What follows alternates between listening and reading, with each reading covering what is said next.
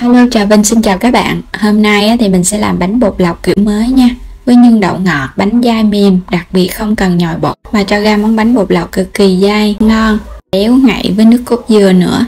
Thì mời các bạn xem video để biết cách làm, cũng như là đăng ký kênh để nhận những video mới nhất miễn phí mỗi ngày. Thì đầu tiên thì mình chuẩn bị 200g đậu xanh và mình ngâm nước trước khoảng tiếng cho nó nở ra. Mời các bạn vo cho nó sạch hay rồi mình cho vô trong cái nồi. Thì mình ngâm trước thì nấu nó nhanh. Và đã ngâm rồi thì mình cho vào đây nửa lít nước. Bắt lên bếp sẽ nấu cho nó sôi. Sau khi mà đậu nó sôi bùng lên thì các bạn hạ lửa nhỏ lại và mình hớt bọt nó. Hớt bọt để cho đậu nó trong một chút nữa cái nhân nó ngon. Rồi bây giờ mình khuấy sơn cái ha. Rồi mình để lửa nhỏ, đậy nắp cho nó hở hở như nè.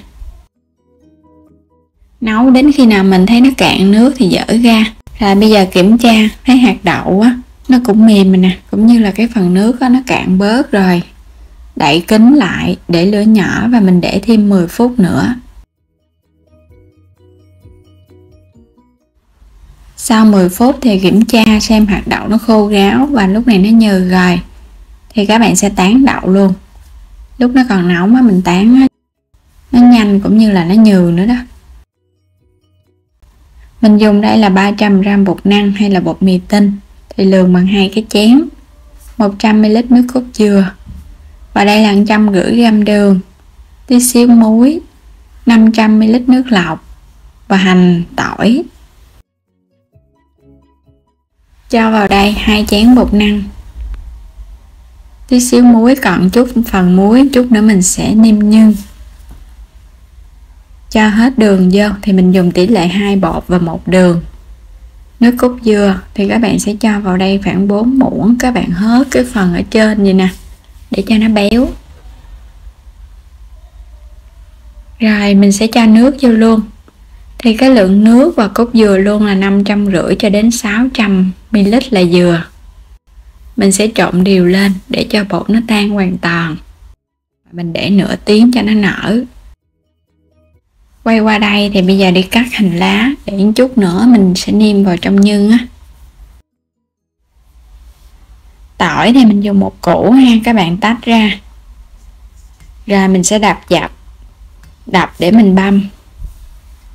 Rồi bây giờ các bạn sẽ băm nhỏ phần tỏi này. Mình cho vào đây 2 muỗng canh dầu ăn phi thơm phần tỏi. Các bạn không dùng tỏi có thể thay bằng hành tím. Mình phi đến khi mà nó vàng thơm á, sẽ lấy phần nhân cho vô. Mình xào nhân với tỏi thì nhân nó sẽ thơm hơn. Và nêm vào đây 2 muỗng canh đường, tí xíu muối. Mình nêm vô xong á, thì đường á, bắt đầu nó chảy nước ra thì nhân nó sẽ hơi mềm lại. Rồi bây giờ mình sẽ lấy nước cốt dừa hồi nãy còn lại đó.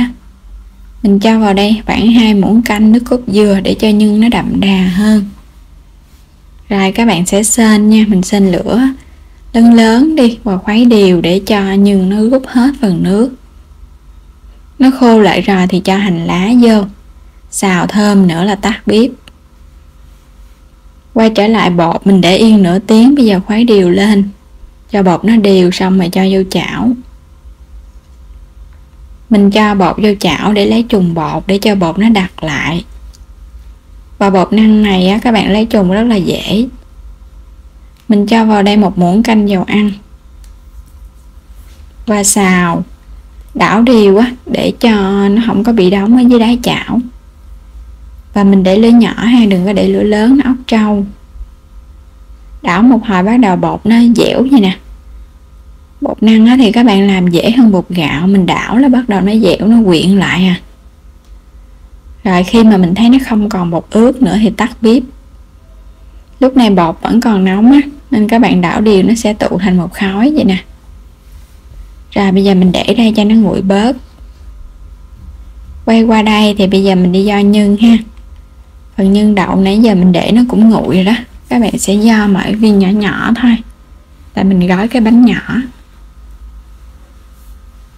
Xong rồi mình cho dầu ăn vô trong cái dĩa lớn này để các bạn chút nữa mình làm bánh á, nó đừng có bị dính.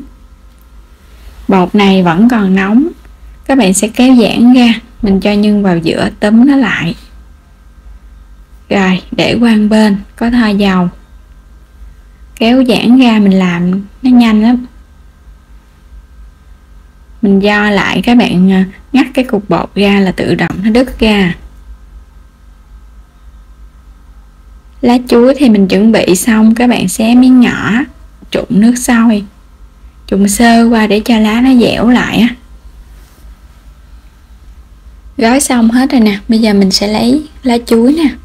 Lá chuối thì các bạn cắt giống mình nha, cắt cho nó vừa vừa, hai cái đầu nó bầu lại, đừng có nhọn, thì mình gói cái bánh nó đẹp hơn. Túm thành 4 góc, rồi nhét cái lá dưa vô, vậy là xong rồi nè. Đó, thêm một cái nữa, các bạn túm vô á, cái phần bánh bột năng này á, mình làm dễ lắm, nó không có bị chảy á, cứ túm cho nó sát là được à. Xong rồi sẽ chất vô trong sửng hấp luôn, để chút mình đi hấp. Rồi mình đã làm xong hết rồi nè, tất cả những cái bánh. Rồi bây giờ đi hấp bánh và cho vô trong cái nồi hấp. Các bạn sẽ để lửa lớn và mình hấp trong vòng 10 phút. Sau 10 phút thì bánh này nó nhỏ nên nó nhanh chín, bột nó sẽ trong là bánh nó chín. Bánh này thì các bạn chờ cho nó hơi nguội chút xíu rồi mình ăn được. Những cái bánh nhỏ nhỏ xinh xinh nè, bánh bột lọc nhưng đậu ngọt mới lạ. Và mình làm theo kiểu này á, bánh nó sẽ có cái độ dai dai mềm mềm. Cái nhân đậu á thì nó đậm đà. Rồi bây giờ mình sẽ xé thử cái bánh này ra nha. Bánh ú bột lọc, bột thì nó trong, dẻo. Đậu ngọt á, các bạn xào với hành á, thì nó sẽ thơm, rất là ngon luôn nè. Bánh nó ngọt và nó có cái vị béo của nước cốt dừa, ăn không có bị cứng nha, dai dai mềm mềm. Và bánh này đặc biệt làm theo công thức này, các bạn để qua ngày hôm sau luôn, bánh vẫn ngon, vẫn mềm, vẫn dẻo, không hề bị cứng và khô. Và đến đây thì mình kết thúc video. Cảm ơn các bạn đã theo dõi, ủng hộ kênh của mình. Vui lòng đăng ký kênh để cập nhật những video mới nhất mỗi ngày. Xin chào và hẹn gặp lại trong những video tiếp theo.